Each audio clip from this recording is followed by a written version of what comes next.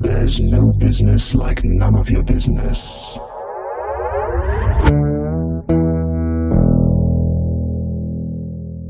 So here's the thing. No such thing as too much sustain, right? This holds particularly true for acoustic instruments that have to do all their amplification themselves without the aid of electronics. So the strings that have to power the instrument body's resonance lose more energy and hence decay faster. Enter Graphtec with astounding promises of making your tones stand longer and harder. Now, how a diagram that focuses on a single frequency is supposed to make a meaningful statement about harmonic overtone content is quite beyond me, because that would require a three-dimensional graph like this, or one where the third dimension is encoded in color like this, because the whole idea of harmonic overtones is that they are more than one frequency. But let's assume they did this in good conscience and put their claims to the test by making a diagram of our own. So this here's my guitar lute, link in the description. Looks and sounds like a lute, but plays very much like a classic guitar with standard 6-string tuning. It's the bard's tool, really. I'm already playing it with specialized low-tension steel strings to get out all the overtones I can, but let's see if we can get more. In order to minimize variations in the before and after sound comparison, I chose to use a lav mic that I fixed to the instrument for live situations, thus eliminating microphone placement as a variable. So here's what we're installing: a brand new Graphtec nut and a matching saddle to go with it, and once we're at it, why not also throw in a few bridge pins? So for starters, let's take off all this flamboyant decoration and put it away for later. Loosening up the strings and taking out the bridge pins. For removing the nut, take a hammer and a piece of wood. Do not hammer your nuts directly. You might cause irreparable damage if you do. Time to unpack the new nut. And because it's so much fun to drop this TUSQ material on a hard surface, here's what it sounds like. Really bright, almost like glass or porcelain. Clearly something this hard should be useful for keeping it up longer, right? The old nut sounds far less resonant in comparison.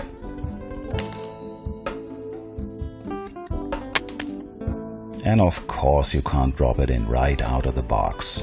It needs to be fitted, adjusted, and smooth. So let's go to town. But that's not all. The string grooves were also cut far too short. So let's get on those too.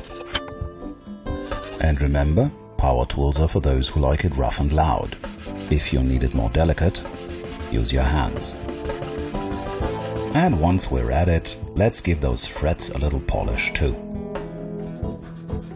So let's put that new nut into its place.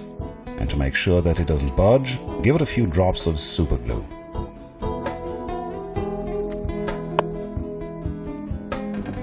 You're bound to have some overspill on the edges, so don't forget to give it a good wipe. If you find that the glue takes too long to set, give it some activator. And then wipe again. With that being said and done, take me to the bridge. Scour the sides lightly to loosen any glue, but be careful not to cut into the top of your guitar. And there you are. And this is what the original bridge looks like. More bone than plastic, I suppose. So we're off to the next unboxing. Now keep in mind that this is a raw slab that still needs to be fitted to the instrument. I'm not surprised they don't carry perfect fits for lutes. And it's still too narrow at that, so I'll have to pad it when mounting, but we'll worry about that when we come to it. The old bridge gives us a template of what we're aiming for. This is going to take a while. Just make sure not to prematurely overshoot your target. Nobody likes premature shots. And then in the end, we should have a close match, something like this. And then at first fitting, we see that it still wobbles. So we need some padding. Something without value. Yep, that'll do nicely.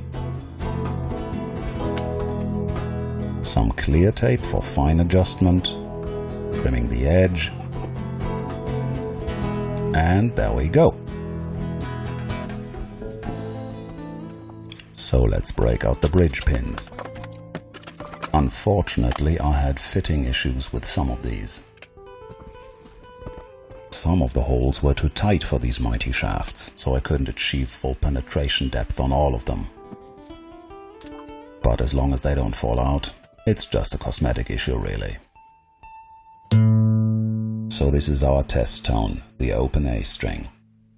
And it does show a clear advantage in sustain on the bass frequency of 110 Hz.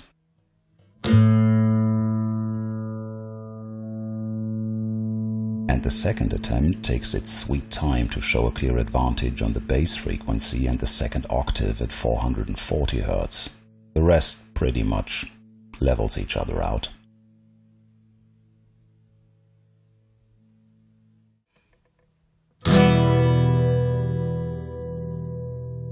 The open E minor chord already makes it a lot harder to determine a clear winner. There's a lot of give and take here.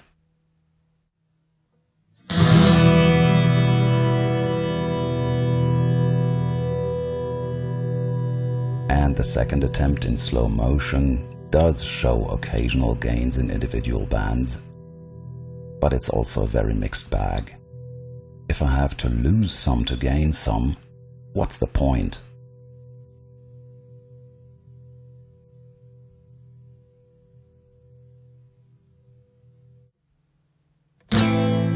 And to round it off, an open A minor, again not showing any significant gain, but only trade-offs between individual bands.